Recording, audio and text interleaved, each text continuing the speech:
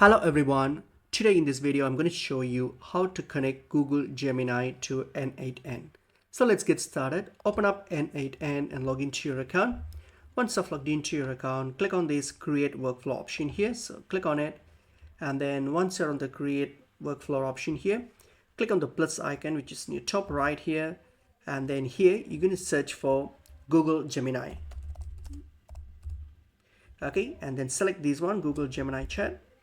Select it, and then here what we're going to do, you're going to click on credentials to connect with and click on create new credentials.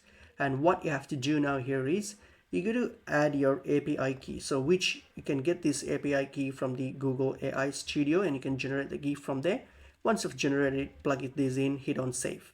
Okay, once that's done, all you have to do is just go back to Canva, and then you will see that this has been executed, and then you can click on this open chat in order to run it and see. And that's basically pretty much it is.